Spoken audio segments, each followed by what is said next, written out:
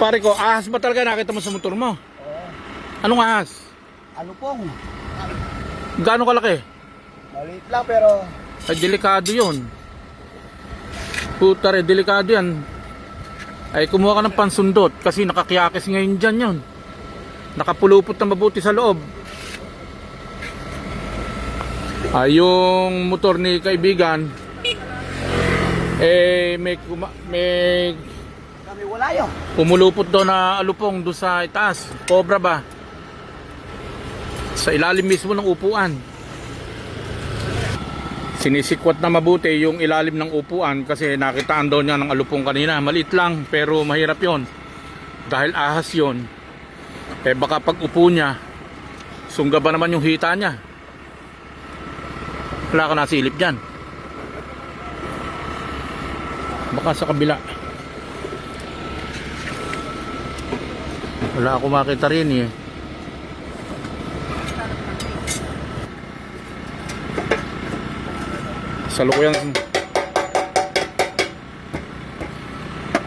Kasalukuyang hinahanap yung alupong. Nakita raw niya kanina, may alupong din sa ilalim ng upuan ng kanyang motor.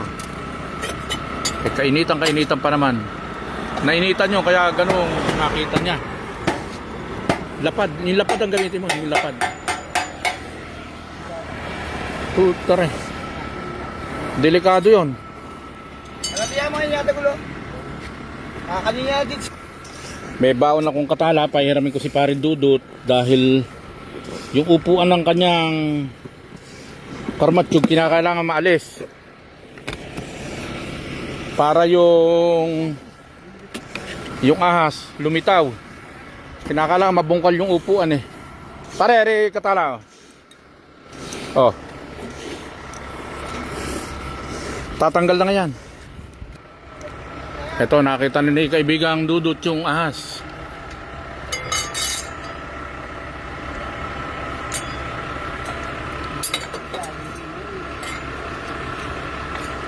Kung sige. Ayan. Ito, sasabuyan ng tubig na kulo para lumabas yung ahas. Nasa ilalim ng upuan. Sige, sabuyan mo. Sige.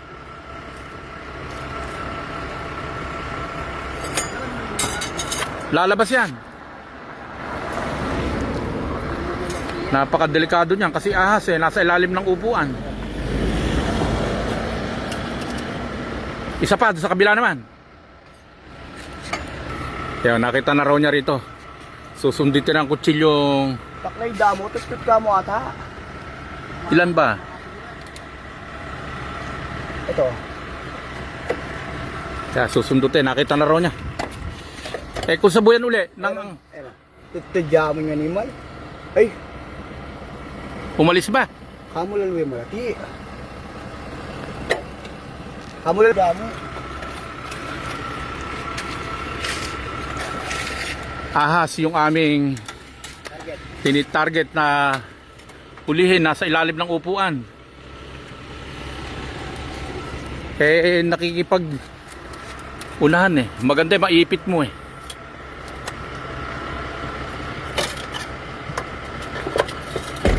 Kabila, ay idol. Bumaba natin sa kabila. Yung mga dyan kung makaltaw. Sige, titingnan ko. Sige. Ala rito. Ere. Maliit nga lang kayo. Sa kabila, ere. Nasaan? Parang ahas tulog lang. Nasaan? Ay, lupo nga. Maliit. Ito, sa may tapat ng sprocket ng kadena, ng siyak. Saan? Dito sa gitna. Tingnan natin, tudya mo. Ha, nasundot mo na. Ay, lalabas.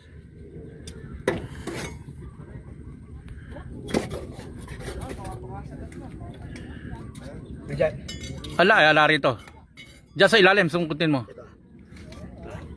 Ayan pala, ayan. Ahas, tulog lang. Ere,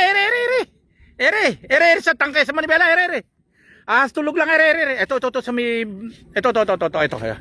Ay, sa taas, sa may ilaw. Ay, sige, dali. O, dali, paluin mo. Hindi na matulog. Tulog yan. Tulog lang yan. Hindi, tulog lang yan. Ako po, takot ako nga. Takot. Hindi kalabaw yan, kalabaw. Hindi. Matutulog na siya ng lifetime ngayon. Wala na. Tulog lang. Kala ko cobra. Hindi! Hindi pa, na ano. Ahas tulog lang ito. Ala yan. Ayan, tulog. Ala naman kamandag to. Pero ganun pa man, ahas po ito na huli sa ilalim ng upuan ni kaibigan Dudut. Tapon na natin. Yan.